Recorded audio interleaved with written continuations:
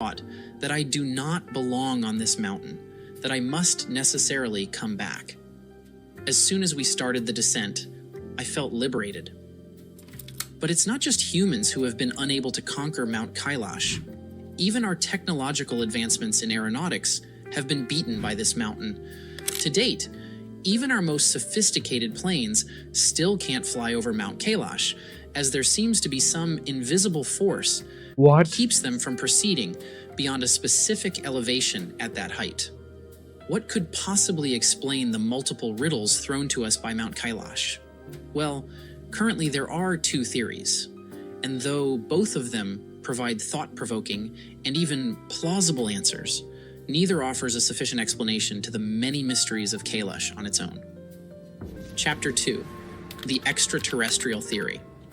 The first theory we're going to examine is what I call the extraterrestrial theory, or the ET theory. In other words, there are those who believe that Mount Kailash was built by aliens, or probably even is an alien spacecraft. Here's why they believe that. To begin with, when compared to many Western religions, Hindu deities seem to have a much more tangible material presence on Earth. According to Hindu lore, the gods used to live on Earth thousands of years ago, before humans started to exist. But here's where things get interesting. Rather than make use of their divine powers, Hindu mythology suggests that these gods made use of highly advanced technologies.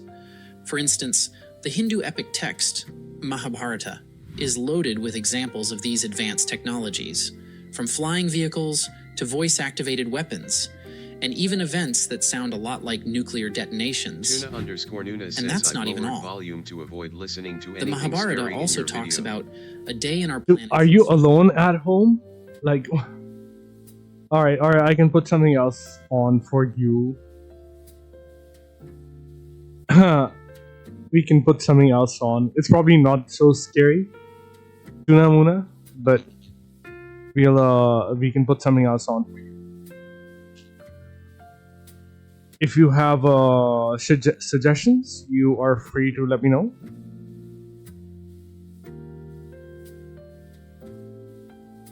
Do you want to watch a video on Hereditary? Fornuna says, sorry, I get very easily scared. You get very easily scared, but like, you're not even alone at home.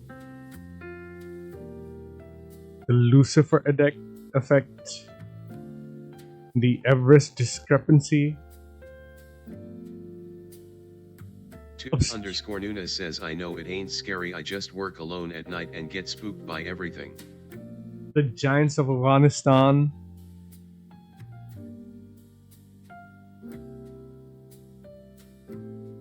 We can watch like an Alex Myers video. How's that? That's probably not going to be scary.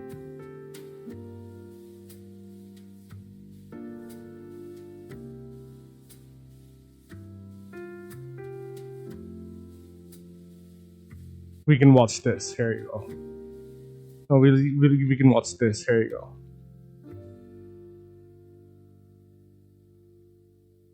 Okay, so as I continue my trek through all of the best movies from the 2000s, it's only a matter of time before I finally got to Shrek. But then I changed my mind. So 13 going on 30, the 2004 classic masterpiece that was basically like It's a Wonderful Life, but more about what if I actually got everything I think I ever wanted. This is a great content idea, by the way. Okay, so as I you should take a look at this, study this. As I continue my trek through all of the best movies from the 2000s, it's only a matter of time before I finally got to Shrek. But then I changed my mind. So 13 going on 30, the 2004 classic masterpiece that was basically like It's a Wonderful Life, but more about what if I actually got everything I think I ever wanted, and then you turn into Jennifer Garner. So, message received. But having just done 17 again a couple weeks ago, this one seemed appropriate, you know? So come along, kids, let's take a walk and check out 13 going on 30. But before that, really quick, this video is brought to you by Skillshare. Somehow, summer's already here, and 2024 is half over now. How to even start thinking about your shop, then how to build it, how to do pretty much guess what? The visuals I think is interesting. So what this guy does is like he's got some stock animation that he's created, but he also like for every animation creates some custom animation as well for every video. I mean, so I think it's pretty interesting.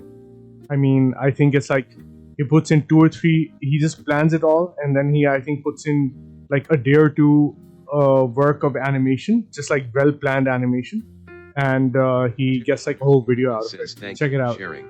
Swing around this way just a little bit, Gina. Come on, right there. That's good. It's Yeah, come on. Jenna. Look over here, Gina. Right here. It's Jenna. Gina_Nina says I'm more into Mummy Joe these days. Smiling face with heart. Smiling face Mummy Joe, we'll check her out. with heart. Smiling face with I've said it heart, before, smiling but like, face if you with survive hearts. middle school, you deserve compensation. Puberty is hitting everyone at totally random times. Every girl's like 3 feet taller than the boys, except that one dude in your algebra class who's like 6'40" for no reason. I barely had a little stash going on. Meanwhile, this guy looks like ZZ Top. The heck is going on over here? Anyway, Jenna's dream is to be one of Rick Springfield's baby mamas, but also she wants to be one of these girls, the 6 chicks. Hey, Jenna. Matt, please. No more pictures. Come on, it's your 13th birthday. We gotta document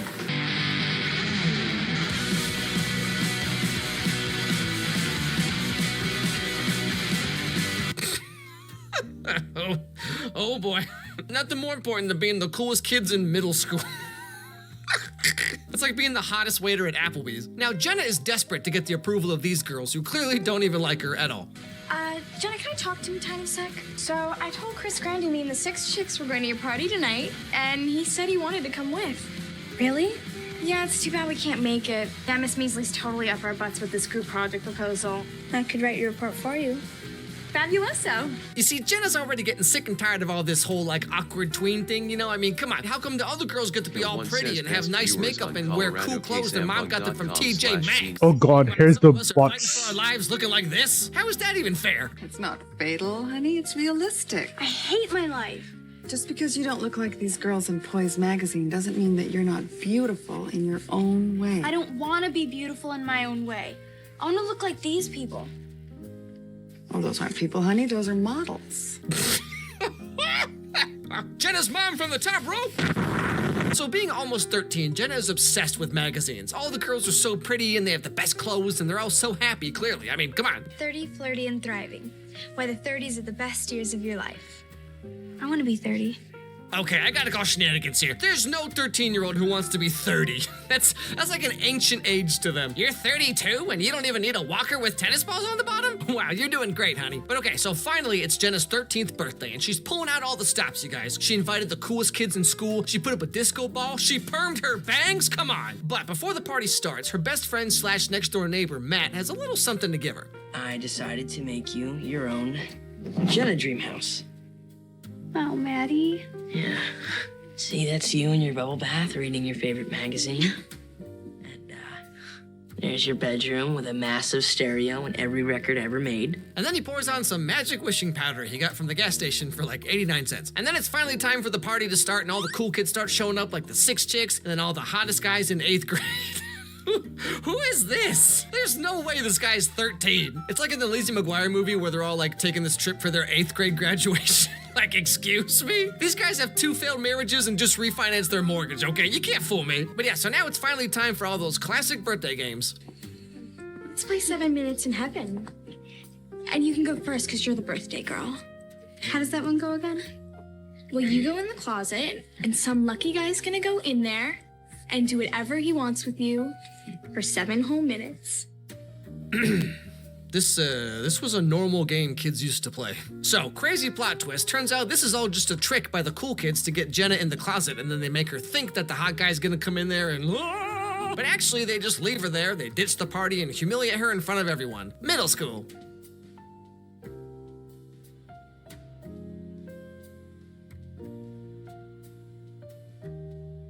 Let's go. I think I get my brother to buy us some beer. You know, watch this movie reminds me of just like, when you're that age and you feel so like old and smart and sophisticated, you know, it's like, we're gonna go to second base in the closet and then drink beer. And like, I totally remember being in 8th grade and having kids be like this, but like, we were 12?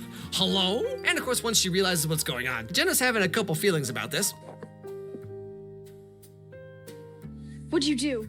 Nothing. Yes, you did. No, I just wanted to get my Casio. Get out. Wait, Jenna, please, just let me talk to you. Gina_Nuna says this Jenna, film please, is such come shared out. trauma. I hate you. I Shared trauma hate everybody. Gina Well, _Nuna trust me, says Jenna, those minus feelings are divorce. not gonna go away. And minus the boys. fight and general contempt for humanity is basically what keeps me going at this point. And while throwing her tantrum, she knocks the dream house thing, which scatters the magic wishing asbestos, and you'll never guess what happens. 2 days ago, there was somebody here. I think she was your junior.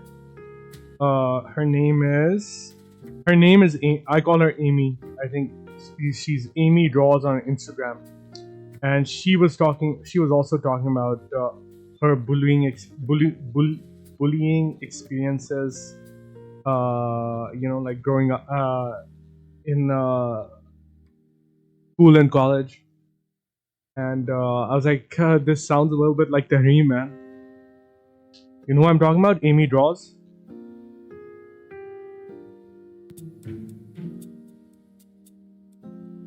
Mom? Dad?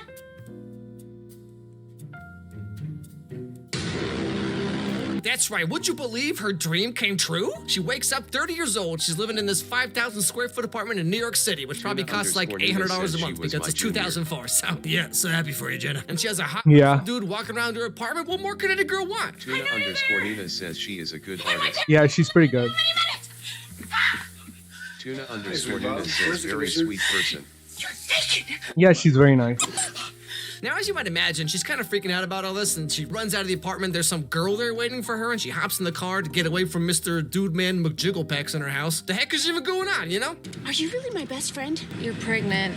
Oh, no! Oh, my God, no! Thank God, you scared me. What did you do last night? Oh, see, that's the thing. I slept in an apartment I've never seen before, and there was a naked man in my shower, and I saw his thingy. Oh God, not his thingy. Not the thingy! So she gets taken to her job, which we find out is actually senior editor or something for Poise magazine, the magazine she was obsessed with. She got everything she ever wanted, all thanks to that gas station powder stuff. Man, if I'd had some of that when I was 13... oh, heck yeah! There's the dynamic duo. I trust my executive editors are late again. Oh, it's Gollum. Promoting us at all the right parties. You got it, Richard. You're my boss. That's right, baby. And her boss is Andy Serkis, hot off the Lord of the Rings fame? Ha, look at him now. It's a weird feeling. Still has the brain of a 13-year-old, you know, like me. And all she can remember right now is that she used to live in New Jersey. Well, you can always make amends. Matt kid. She tries to call home, gets the answering machine, no one's there. So she looks up info about Matt and finds out that he also lives in New York City. Wow, what are the chances? So she goes out to find him and try to figure out what the heck is even going on right now. Matt, Yeah. you're different. Yeah. You don't know me? Jenna. Tuna_Nina says like our college was a great Matt, it's ecosystem me. for bullying. Even if you don't know someone, you'd somehow have you know, access to one of them my and worst be fears is rooted running over. into anyone I went to school with. Oh, hey, Alex, haven't seen you in like 20 years. Remember Explain the kind of bullying that went on in your they all college. said no? Yes. Yes, I do. Tuna But so Jenna still _Nina sees says, Matt "Man, as her my amends are best working friend on from next myself." door, but Matt does not feel the same. But he decides to play along with whatever she's going through and shows her how her life has gone up to now. Our lives went separate ways. We went to different colleges, different careers. Well, what about Christmas? Didn't you want to see me then? The most depressing years of my This life. drawing has potential. What character can I turn her into? Matt, was I a six chick? Oh yeah, you're pretty much a leader. So in this timeline, like I said, she got everything she ever wanted, like exactly. She was the cool, popular girl in school. She went to prom with the hottest guy in school, question mark? She got her dream job at Poise magazine. Her adult life is just so perfect, which is what like 12-year-olds always imagine is gonna happen when they say like, I can't wait to grow up and be an adult. But like real talk, Jenna's gonna be spending about half her time just being like, I can't believe I told him I didn't want anything for Valentine's Day, and then he literally didn't get me anything? I mean, you could have just told him what you wanted, but that's so much work! Why can't every guy just be Gomez Adams? Obey me. There's Tom. I wonder what happened to her. Last I heard, you guys are still pretty good friends. I think you actually even work together. Oh yeah, also we find out that this girl is actually this girl. So throughout the movie, it's basically like Jenna is stuck in this 30-year-old life that she doesn't know anything about. She has to rely on her innocent 13-year-old sensibilities to get through it. Like the magazine is failing because the rival magazine keeps stealing her ideas somehow, so they host a big party that's sure as heck not going well, I tell you what.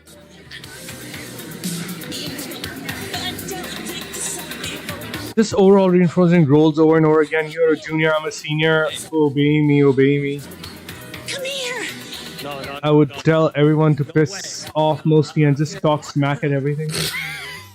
Wait a was... You know, I think I knew you around this time. This is not what I remember of you. But then, what do you know? Everyone starts to dance to Jenna's favorite 80s music, especially this guy, who's just given 110% right here. This man is earning those guild credits. Now, throughout the movie, Jenna and Matt are reconnecting as friends. But one day, Jenna kind of gets a full picture of what's really going on here when she runs into Matt and his fiancée, Wendy, who's a news anchor from Chicago. And she also learns that that weird guy with the thingy from her apartment is actually her quasi-famous hockey player himbo boyfriend. Jenna, this is Wendy, my fiance. Matt told me all about his blast from the past. It was really sweet of you to stop by. Jenna? Sorry I'm late. You're Alex Carlson. I'll be right back. Nice to meet you. You're a great hockey player. I'm a big fan of yours. Thank you. You want me to sign your shirt or your forehead or something? No, I don't do butts. Tuna_Nina Yeah. This is not looking bad. On one hand, she got to be the popular girl and now works for her dream magazine doing whatever she does there. But to get there, she stopped being friends with Matt in high school and she stopped talking to her parents and she's dating this guy, which is bad apparently.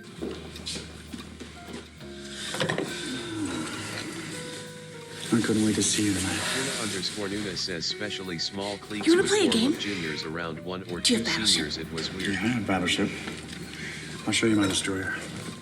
Oh, he's talking about his dad. Like, this is the most 13-year-old brain thing because she wants this emotionally unavailable, aloof, jaded guy, you know? Because it's like, it's so cool how he doesn't care about anything, and I have no idea if he even likes me at all. I'm definitely never gonna get sick of this. But then she has this, like, goofy himbo guy who does silly dances and has a Felix the Cat clock. You know how many girls in their 30s would literally cut their arm off for a guy like this? And it doesn't even stop there because she also learns that everyone hates her and she's been, like, stealing her coworkers' husbands and stuff. I was just dropping off Tracy's lunch. Thought I'd say hello.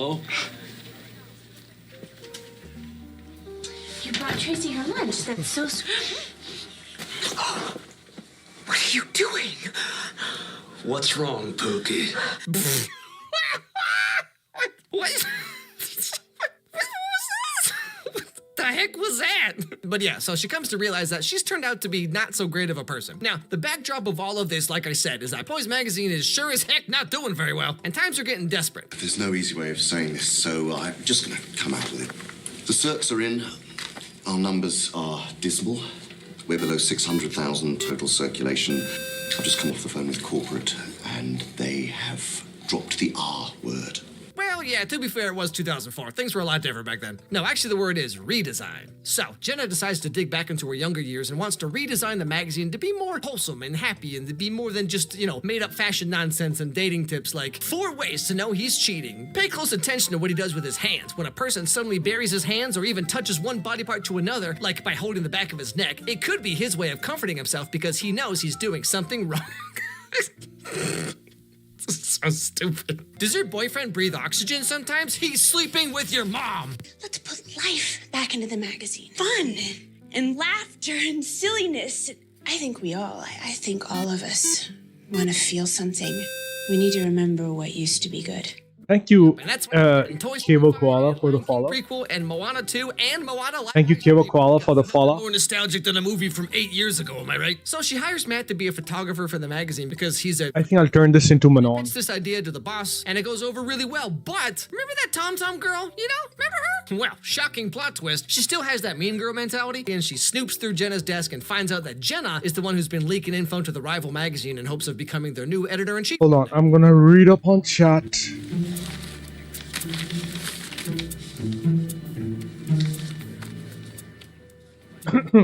Thank you for following Notes O Noodles.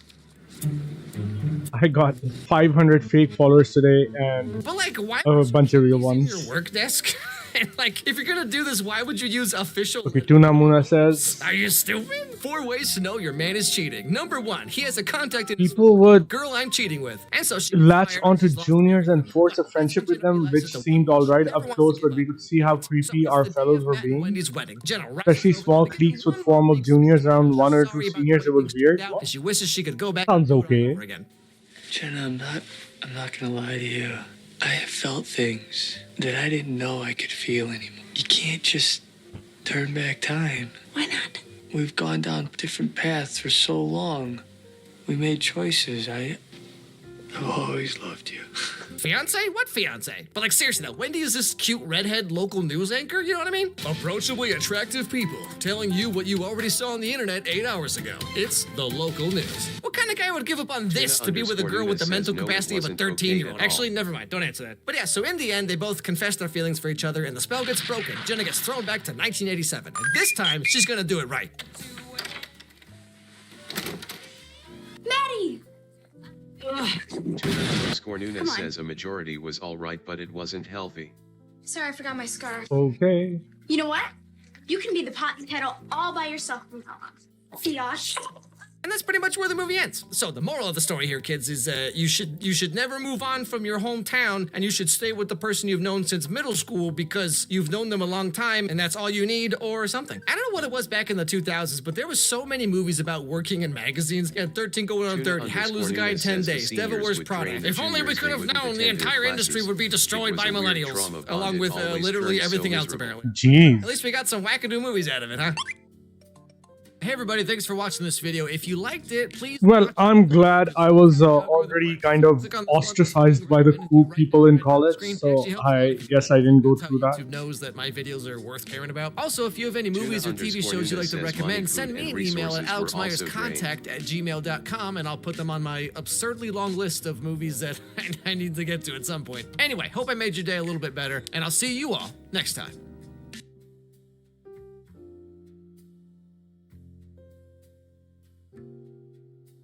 I love this character design, man. Manon has amazing character design. I don't know anything about saving world, but you do. Tuna_Nunes says my seniors would ruin my days mostly. The following is an in-depth story analysis. If you haven't seen Game of Thrones, you may want to before watching this video. It's no secret, adapting a novel... I like this movie. Ruin my days mostly, right? Take a shit on my clothes Out of nowhere and just completely and work every... What? What do you mean they take a shit on your clothes? guy could dance. So Oh, you mean they'd say that you're dressing bad? 1 year later, Zac Efron was finally free from the iron grasp of Disney Channel, and his first major movie after this was the Citizen Kane of teen dramedies, 7. Gee. This movie came out to rave reviews at the time, but you know... And this is mostly women, right? These old 2000s movies, you know? Like, they're not even that good, but man, what a time to be alive. But yeah, so for this week's video, I wanted to head back to the 2000s yet again and check out 17 again. But before that, really quick, this video is brought to you by Surfshark VPN. Surfshark VPN is an app and browser extension that lets you change your IP address to be pretty much anywhere in the world you want. Now, what this means for you is it protects you from websites and other users trying to snoop on what you're doing and from where. Maybe your country has some like weird, strict content censoring laws, or you just don't want people to potentially hack your accounts. Well, Surfshark VPN can help you with all of that, but it also has a lot of very practical day-to-day uses, like allowing you to watch the Netflix libraries from almost any country. Fun fact, Slovakia has by far the highest number of movies and TV shows you can watch, with over 7,400 titles compared to 5,800 in the US. And all you gotta do is just install Surfshark VPN and tell it to put your IP address in Slovakia, and there you go. You have access to an extra 1,600 titles. Or Japan and Taiwan have the biggest anime libraries on Netflix, so using Surfshark VPN, you can have access to all of that. Or in the reverse, if you're I'm really sorry, Tuna Muna. date on a certain You don't deserve that. whatever, you can use Surfshark VPN to put your IP address in your home country, and then wham bam bam bow. There you go. It's quick and easy to sign up and install, and only costs $2.49 per month with a 2-year subscription. And so it barely costs you What made you decide to trust me? all of this. And get this, you can use a single subscription on an unlimited number of devices. So let's say you and 4 other family members, y'all want to pitch in on one subscription. That means you get all of this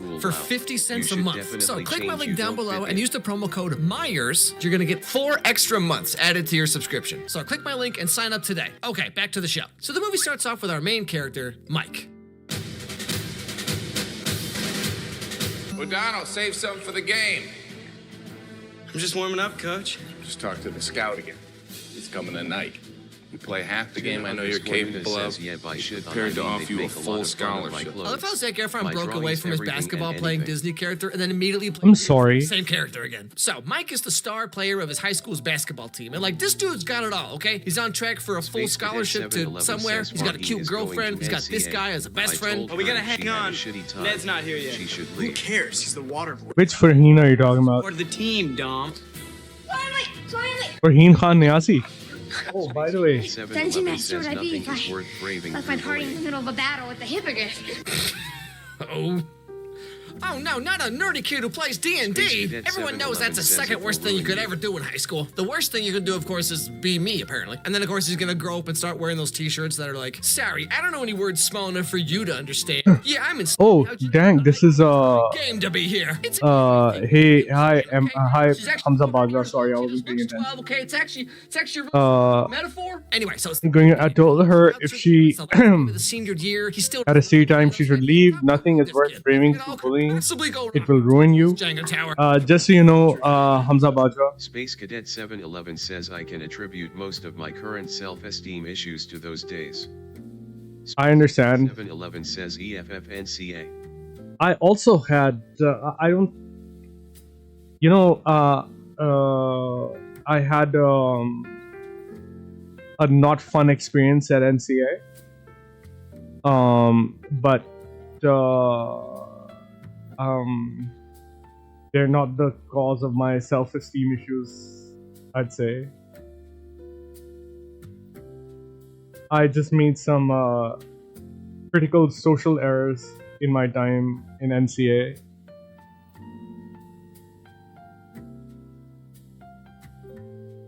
But that's a whole other story. Just so you know, Hamza Bajwa, you see this? As you've known, I've kind of been working on this off and on for weeks. And this was a request by Farheen. Space Cadet 711 says, just so you know. Until I was 24, only started talking after. So this was a request by Farheen. So I just finished it. I think it looks kind of okay. What do you think? I myself from my college people.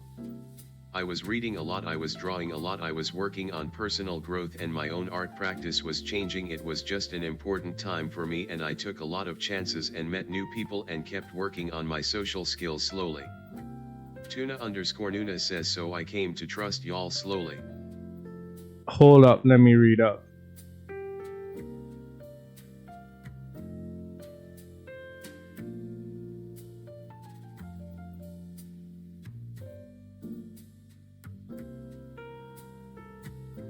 Was mute till I was 24, only started talking after I got a job.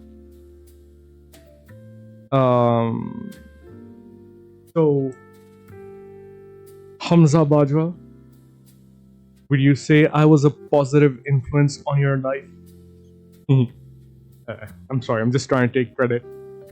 I just came to draw with you guys. By that time, I isolated myself from my drawing.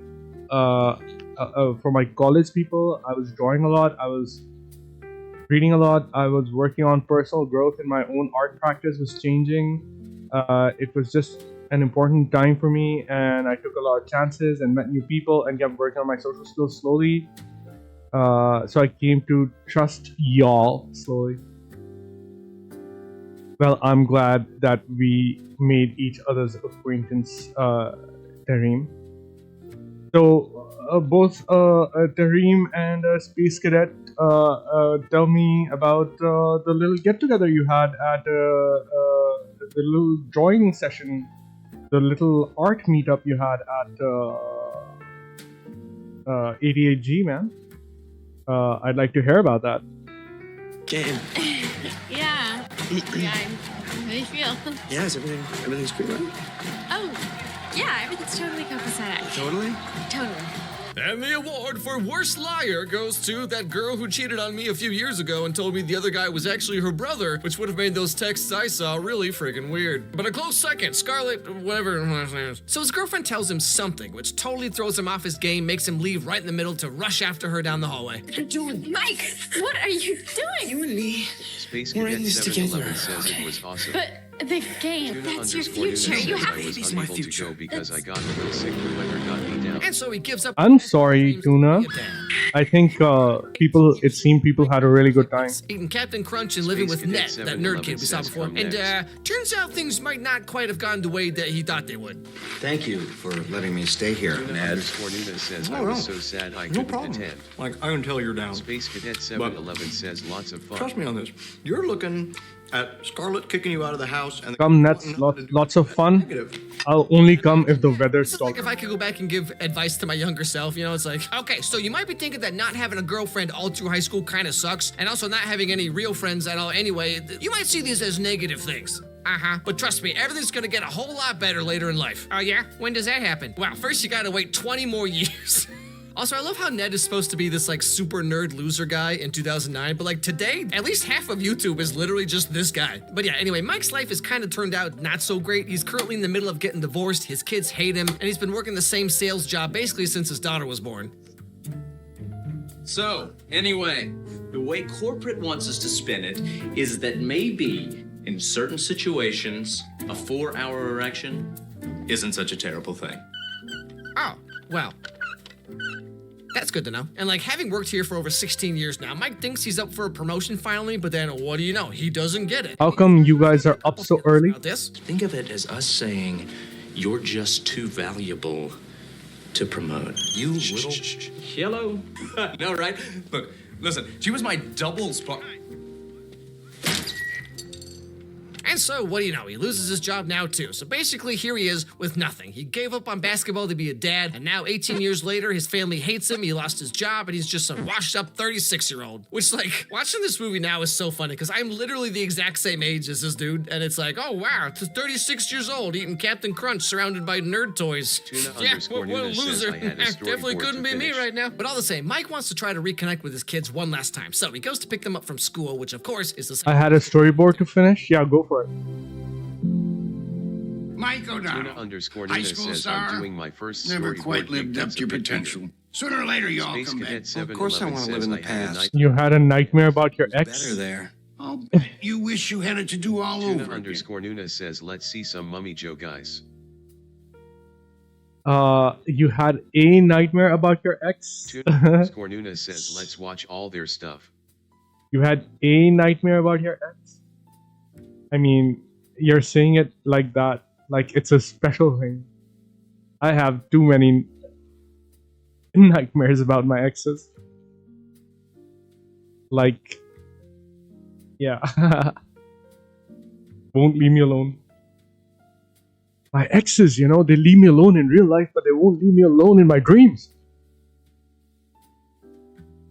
What? Mummy Joe? Okay, fine, I'll check out some Mummy Joe. Let's see what Mummy Joe is.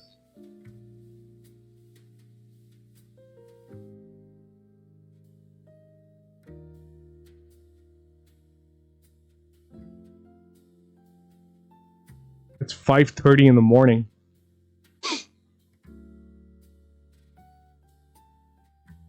Fine, rewatch this. Let's see what it is. Hey friends, Michael Shopping here, keeping things snappy. This month is all about shirts, babes. We got the Itsy Bee shirt. Look at that gorgeous print. I like to wear this one when I cry.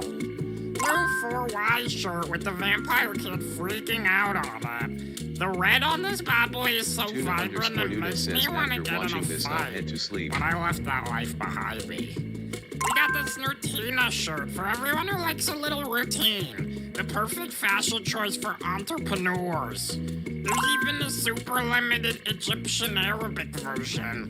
أنا بس بنت أحب شوية روتين. Michael Shopping Nation! Finally, there's only 10 days left to pre-order the Vampire Kid plushie. Then it's gone for good. Get it all at MummyJoe.com today. Now for a message from Mummy Chuck, the head of Mummy Shopping. Yeah, guys, I don't know if we're selling enough shirts to keep Michael shopping around, considering his performance. Whoa. I love my job. What kind of stuff do you want to see next month?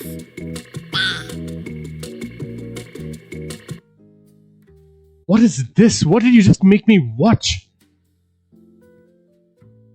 Sup, you beaut? I'll put on one more.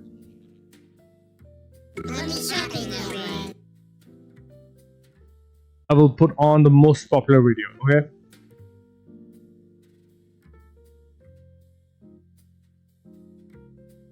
People think being an orphan is really tough, But nowadays, if you're a little British orphan and you're all covered in coal like me, a lot of tourists actually think that's like a novelty because they've never seen a little British orphan in real life before. And I'm starting to get some traction on social media too. Just doing little edits of like me having shingles or me getting splashed by a car in the rain. Tuna that kind of stuff Nuna really says, I think resonates you with put people. on their merch And I at just face figured out with how to tears of monetize joy, the face blogs. with tears So I'm of joy, actually face making a with pretty tears of decent joy, chunk of face with cheese. tears of joy. Of course, a lot of that gets reinvested into the business, like buying higher quality coal to smear on my face. Lately, I've been spending a lot on PR too, because there's some nasty rumours going around that I'm actually the Crown Prince. Obviously, it's completely phony. Just because I hold me pinky up when I'm eating gruel and there's royal guards following me around and me dad and mum are alive and also the king and queen doesn't make me any less of an orphan than all the other orphans. And if you disagree, I'll have you proper executed, innit?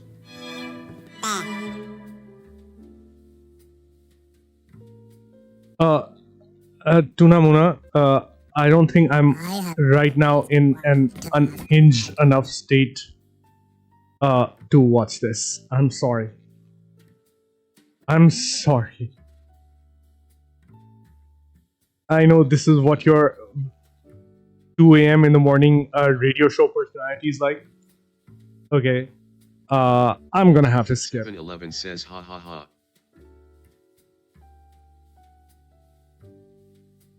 We're gonna watch a video on Mumra. Ha ha ha ha ha ha. Tuna_Nuna says sorry. Tuna_Nuna says face with tears of joy, face with tears of joy, face with tears of joy, face with tears of joy, face with tears of joy. Origin explored. Thundercats. The Thundercats are all very powerful. They have the Eye of Thundera powering them up after all. The mutants also seem to be no match for them. However, Mum-Ra is a different story altogether. This menacing supervillain is the primary antagonist of the show and is hell-bent on destroying the Thundercats. Shares like no one. Give me the sword. For a kid's show, Mum-Ra is portrayed as a character who is way too evil. The entire atmosphere turns super menacing whenever he is Good night, kind sir. Take care of yourselves, Dareem. It's always nice to have you. planning to kill off the Thundercats, which is another theme. Zane Little?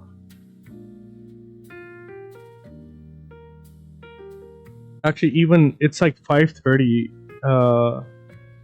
Even we should turn in soon.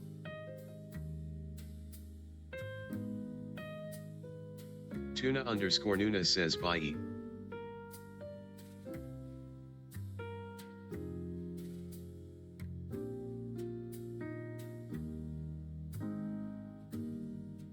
These are 36 seconds long.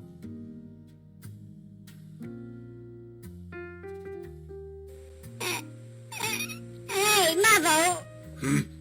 What? Those things on your head, No, I'm sorry. are they? Stop it. Stop one-upping Tuna Muna, Space Cadet. Send this stuff to her, okay? She likes to rot her brain with this kind of stuff.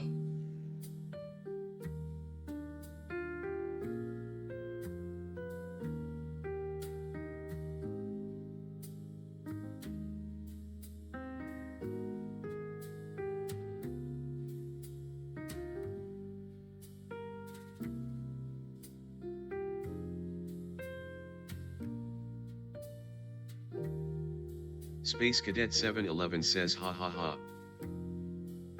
If you've ever seen a Studio Ghibli film, particularly those by Hayao Miyazaki, you will probably have noticed that they're a little bit different than, say, a Western film. When we talk about movies, most people think of Hollywood and all of its So, Space Cadet, please tell me more about the get-together you had. by the same systems. Some people describe their films as weird, unsettling, and some even describe them as pointless, aimless, going nowhere. Others, like myself, love this different style, one that feels not only fresh, but also more profound, more human. Something about Ghibli's work resonates with me more than traditional animated films, which, while still being lovely and amazing, sometimes feel too perfect to be relatable? Well, turns out there is a tangible reason for this. It isn't just some feeling we can't put a finger on, and that reason is called Kishoten Ketsu. Most Hollywood films follow what is called the 3-act structure, a term that anyone who has looked into screenwriting with even a passing interest has probably heard about. But what very few people have heard about, including myself until I researched this video, is the structure of Kishoten Ketsu, a 4-act storytelling technique that has its origins in ancient China, and it's a structure that most Ghibli films use. So what is this different way of telling stories, and why does just a seeming difference of structure result in such massively different feeling films? Well, to answer that question, we need to go a little bit deeper.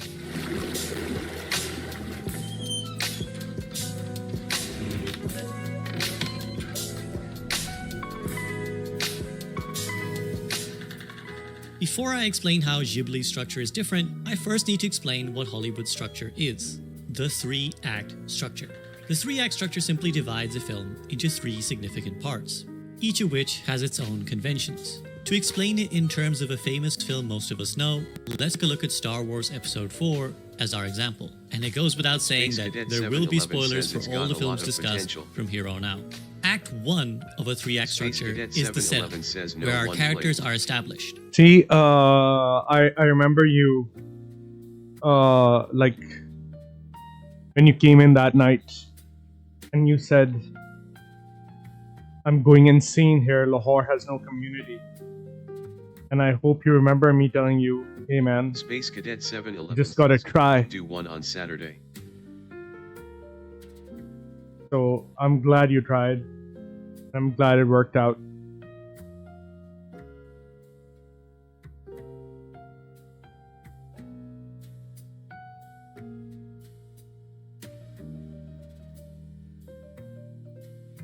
Maybe Saturday would be too close, but it's up to you.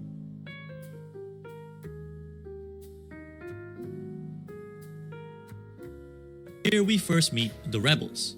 Princess Leia, R2-D2, and C-3PO, then finally Luke Skywalker, getting to know what roughly each of them want and are like. Act 2 is the escalation of the film. This is where the stakes get higher for our heroes and the action gets more serious. In Star Wars, this comes as Luke begins his travels into space with Obi-Wan, Han Solo, and Chewbacca. Things start to get dangerous for the gang. Alderaan is blown up, our heroes are captured by the Empire, and Obi-Wan is tragically killed by Darth Vader. Luke and Han manage to free Leia and then escape to the rebel base. This is when we kick into Act 3, the climax and the resolution of a film. This is where our hero confronts the big bad guy and usually wins.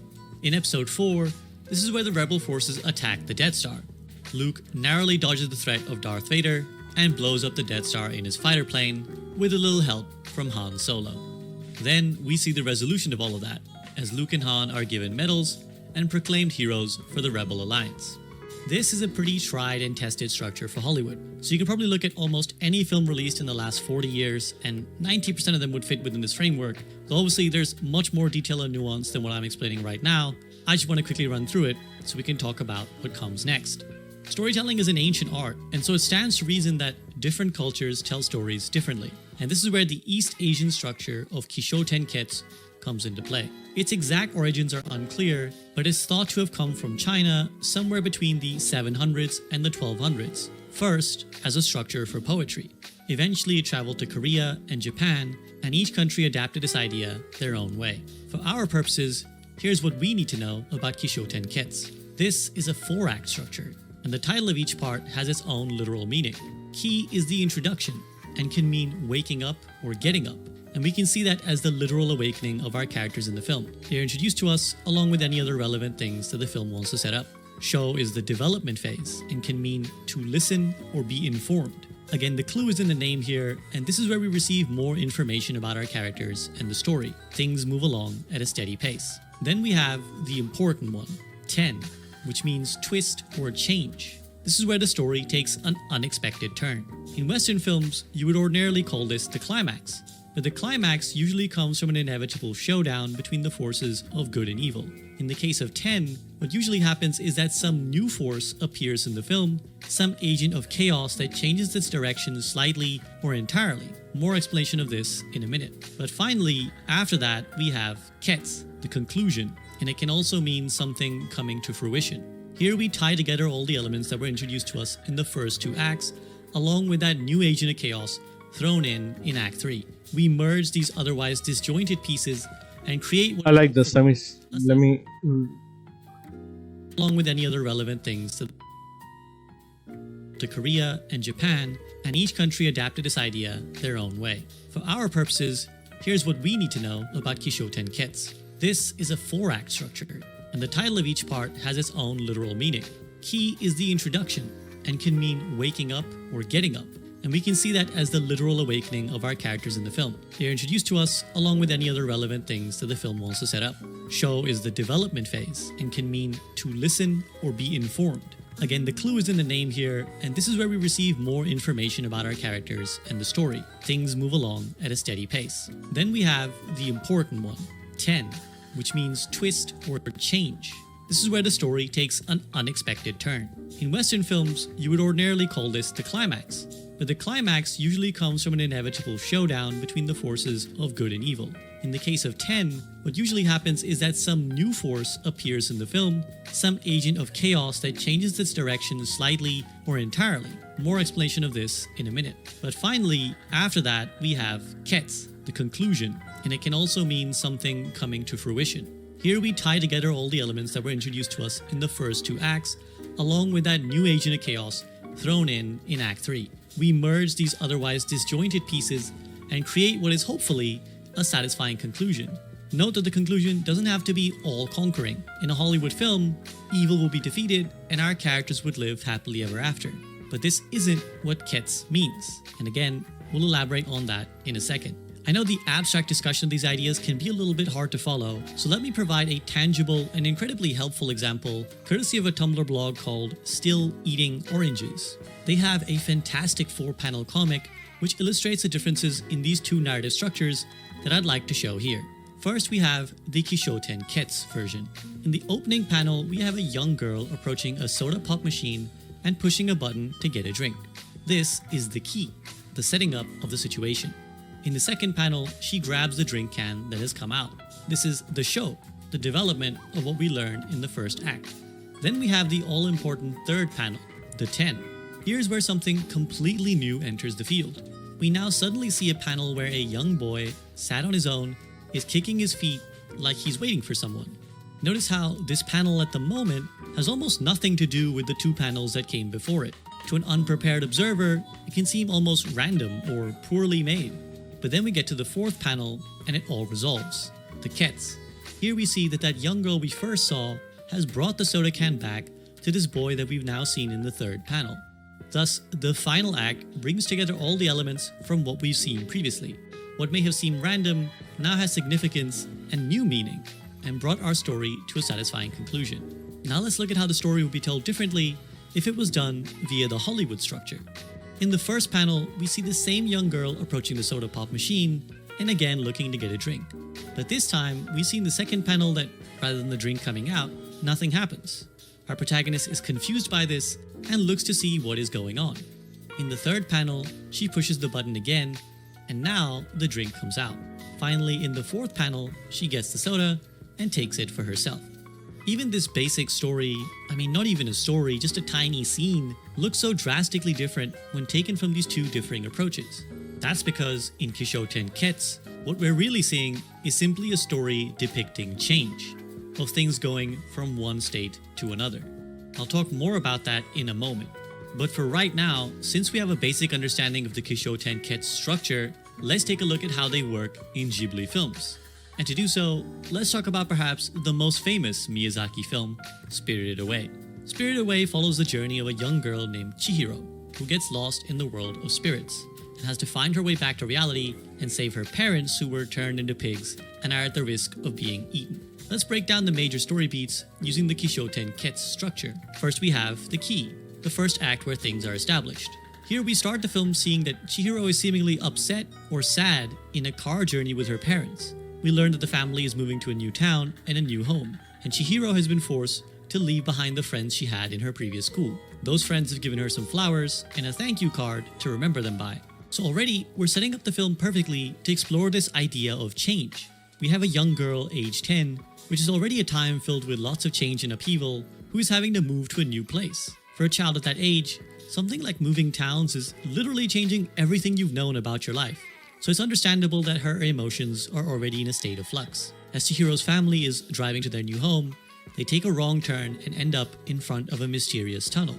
Walking through, they find an abandoned amusement park which, despite Chihiro's reluctance, her parents are desperate to explore. Chihiro's parents eventually find a food shop and begin feasting on the delicious treats in front of them. But this proves to be their downfall, and it causes them to be turned into pigs. As she tries to run away, day turns to night, and the environment around Chihiro is changing completely. Just as she seems overwhelmed and defeated by the situation, she encounters a mysterious boy called Haku, who seems to already know her and comes to her rescue. Haku explains that Chihiro is now in the land of spirits, and if she wants to avoid disappearing or being turned into an animal like her parents, she has to find work at the bathhouse, which is what most of this place is. Through Haku's guidance, Chihiro meets Kamaji and eventually Yubaba, the witch who runs the bathhouse and ensures that the rules of this place are kept. After pestering her, Chihiro managed to get a job working at the bathhouse. This is where we now kick into the second act, Show, the development. We've established our characters and our environment, now we see the story build along those lines. Chihiro learns the ways of the bathhouse. She makes a few friends, and though she's tasked with a lot of hard work, she eventually adapts to her new situation and begins to grow and mature as a person, becoming independent and capable. At one point, she even managed to give a bath to a horrifically dirty ball of slime that no one else in the bathhouse wants to clean. This ball turns out to be a guardian spirit of a river, who thanks Chihiro by giving her a ball of medicine that she speculates could cure almost any ailment. This is where we now get a 10, and possibly 2 10s at once. The twists that appear to completely change the direction of the story. We have the emergence of No-Face and Zeniba, Yubaba's sister. No-Face is a spirit that starts causing chaos in the bathhouse, devouring just about everything while showering the workers in gold. Meanwhile, Chihiro spots a dragon which she immediately recognizes as Haku. Haku is being chased by magical pieces of paper, which are attacking him, as we learn, for stealing something precious from Zeniba. Eventually, Zeniba appears and explains that Haku stole her magical seal, and as punishment, she transforms Bo, Yubaba's child, and some of Yubaba's minions into a mouse and a bird respectively. So now, Chihiro is left to resolve this 10 that she's been left with. An injured dragon Haku that she wants to save, a seal that she needs to return, and 2 magical animals that she needs to transform back. Elements that can seem random and unconnected to what has come previously if we view this by the Hollywood model, but they line up perfectly with the structure of Kishoten Kets. Now in the Kets, the final act, Chihiro travels to Zeniba's place in the swamp via a mysterious train. When she arrives, she finds that Zeniba is just a lovely old lady. She welcomes Chihiro in, makes her some tea, and explains that Haku will be fine. Now that the seal is returned, he's not in danger of being harmed. And the thing that he vomited up, which had Chihiro concerned, was actually a slug that Yubaba used to control him. Without it, he's free to operate on his own free will. As for the 2 creatures on her shoulder, well, they're actually free to transform back at any time they want. They're choosing to stay in these forms, presumably because they're having such a fun time with Chihiro. Soon after, Haku arrives and takes Chihiro back with him to the bathhouse, though on the way, they realize the reason for their familiar feeling connection. They have met before, when Chihiro was a kid, and fell into the Kohaku River. Haku's real identity is Kohaku, the spirit of the river who safely guided her back to the shore. Realizing this to be true, Haku now feels back in control of his life. Now, much more mature and capable than how she started the film, Chihiro confronts Yubaba back at the bathhouse and faces her test, a riddle to guess which of the pigs presented in front of her are actually her parents. If she guesses correctly, they will be turned back and she can take them home. Chihiro correctly identifies that none of the pigs here are her parents, and she passes Yubaba's test. With a triumphant goodbye, she leaves Haku and the rest of the bathhouse and returns to the real world, where her parents are waiting for her as if nothing had happened and no time had passed. Only we know it very much did. When they arrive back at their car, there's leaves covering it and dust inside the car, suggesting that it's been sat there for a long time. And that's how the film ends, with the family resuming their journey of driving back towards their new home, with no discernible change in any of the characters, except we know that internally, Chihiro has gone through an incredible journey of growth and maturing. Now, there's a couple of themes I'd like to dwell on for a moment when we reflect on the film as a whole and why I appreciate the Kisho Tenketsu structure. The first is the lack of an obvious bad guy.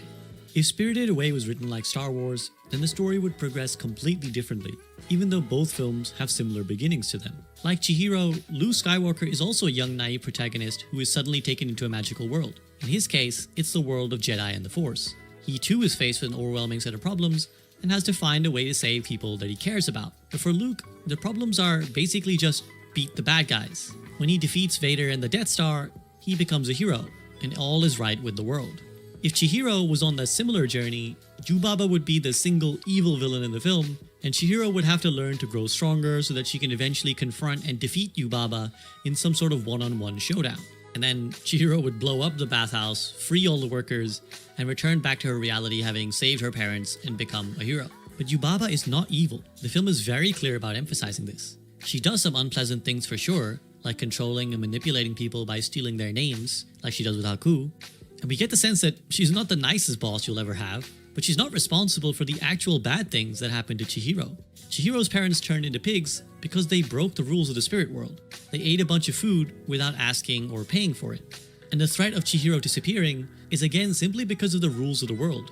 Yubaba actually gives Chihiro a lifeline by letting her work at the bathhouse, something she does because of an oath she made that she would give anyone who asked for a job.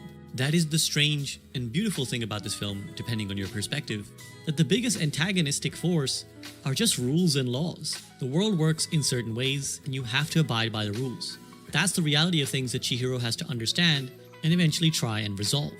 Even when it comes to saving Chihiro's parents, Yubaba's own son demands that she let them go or else he won't like her anymore. But Yubaba tells him that she can't free them even if she wanted to.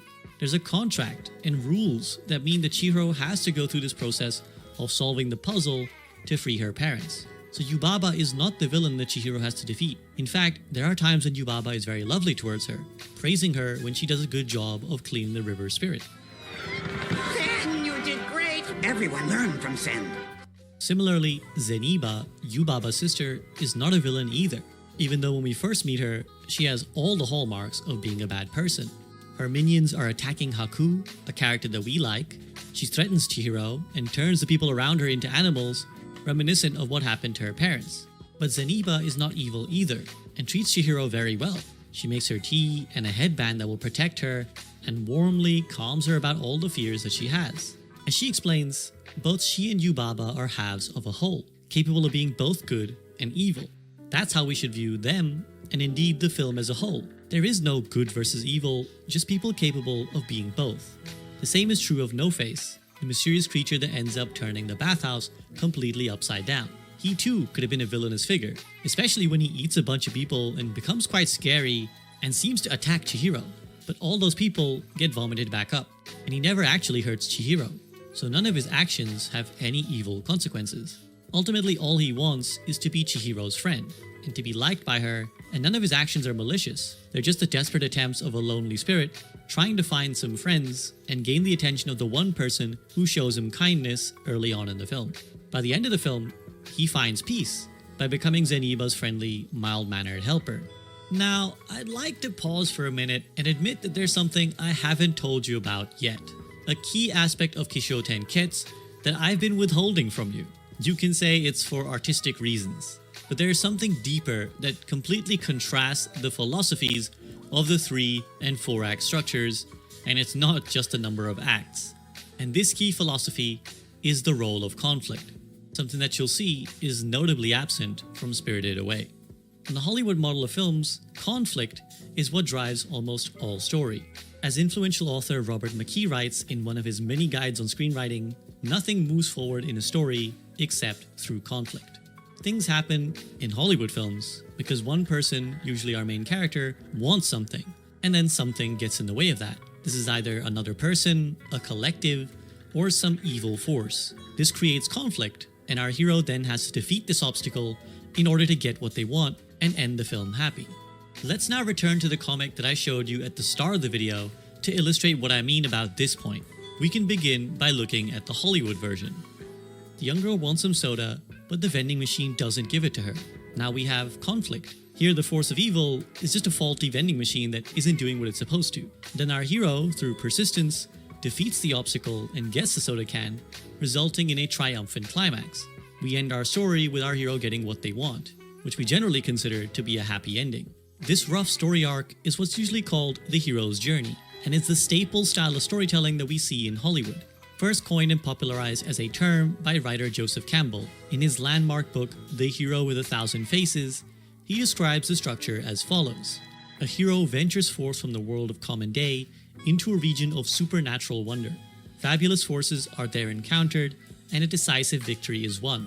The hero comes back from this mysterious adventure with the power to bestow boons on his fellow man. George Lucas's Star Wars employs this very structure, and Lucas has been open about the strong influence that Campbell's book had on his writing.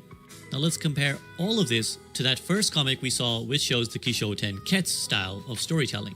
The most significant difference in the comic, and indeed in the two structures, is that Quixote Ketz doesn't rely on conflict at all to drive story forwards. The girl goes to get soda, she gets the soda. Her friend appears, she gives the soda to her friend. We still have a character with goals, we still have development, we still have intrigue, like who is this person who appears in the third panel? But it's not about good versus evil like we're used to with the hero's journey. Quixote Ketz is simply about depicting change, about things starting the story one way and then ending by having changed because of external factors and events. This philosophy is what underpins Studio Ghibli films, and for the people who dislike them, I think this is usually one of the main reasons they have trouble with them.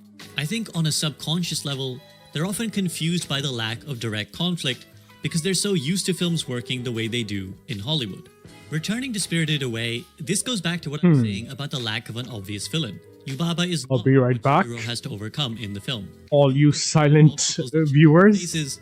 They're mostly just tasks that she has to accomplish or fears she has to overcome. First, there's the life shift that she has to adapt to. Before anything occurs in the spirit world, what Chihiro is dealing with is the loss of the life that she used to live. Then once her parents are turned into pigs and she's put into the spirit world, it's fear that she has to overcome. She's used to depending on others. Even walking through the tunnel early on in the film, she clings to her mother, and her mother tells her to stop that. Then she clings to Haku and wants him to not leave her. But the journey of the film forces her to learn to fend for herself, to grow and mature and become the kind of person that others can depend on instead. Her primary helper in the bathhouse, Lin, even remarks on this, calling Chihiro a klutz when they first meet, and then taking that remark back when Chihiro saves the bathhouse from No-Face and sets off to save Haku next. San! I'm sorry I called you a dope before. I take it back! For most of the film, it remains fear that Chihiro has to overcome, like the stink spirit that everyone else is afraid of and not wanting to help. Her obstacles are just practical things. The slippery mud, the deeply lodged stick, the rope that won't tie. Even with No-Face, where everyone else is understandably terrified of what he might do, she calmly and commandingly talks him down and leads him away from the bathhouse, even as he threateningly tries to hunt her down. This is one thing I really appreciate about most Ghibli films, because they feel more real to me in this way. Yes, there are some really rotten people out there, but largely, the world is not split into good and evil. We're all capable of being both, all halves of that whole, like Zeniba and Yubaba. Unlike Star Wars, there isn't a space station to blow up or a single evil emperor to defeat that will make all our problems go away. Life is about managing the everyday, about personal growth and accountability.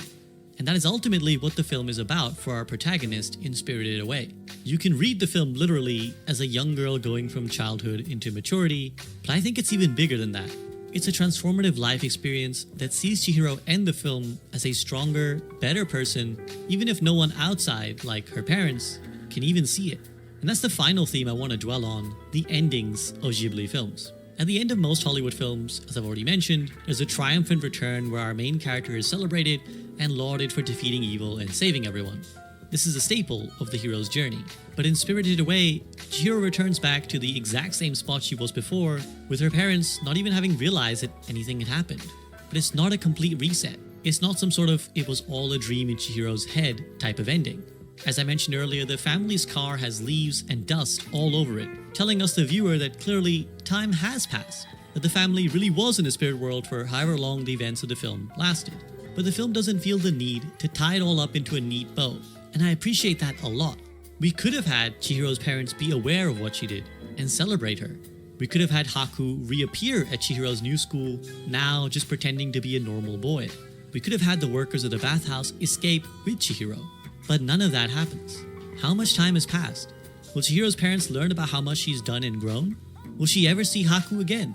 What the hell happened to the moving van, which surely left all of their furniture sitting outside their new house for days on end? These are all things that we would concern ourselves with if we wanted a perfect happy ending. But the Kets part of Kishoten Kets doesn't require this. We don't need a neat little bow over the ending. It's actually totally fine to leave it up in the air. We are free to answer these questions in whatever way makes sense to us, because that's what life is. Understanding and interpreting the world you see for yourself. To really emphasize what I mean about this point, I want to bring in one of the Ghibli films that I think illustrates this even better. The final twist of this video, I promise. I want to talk about Arrietty for a moment, a film that resonates with me a lot personally and demonstrates what's so beautiful about the Kishoten Ketsu style of film endings. In Arrietty, we again have another young girl at a crucial turning point of her life. Arrietty in this case is a borrower, a type of miniature creature that lives in human houses and borrows, or more accurately takes, stuff from the humans to live their own peaceful life. At the start of the film, Arrietty is now old enough to venture out with her father to borrow things. But one of the golden rules of their people says that they cannot be seen by humans, since humans can't be trusted. There's a high likelihood that humans will try to hunt or hurt the borrowers should they learn of their existence.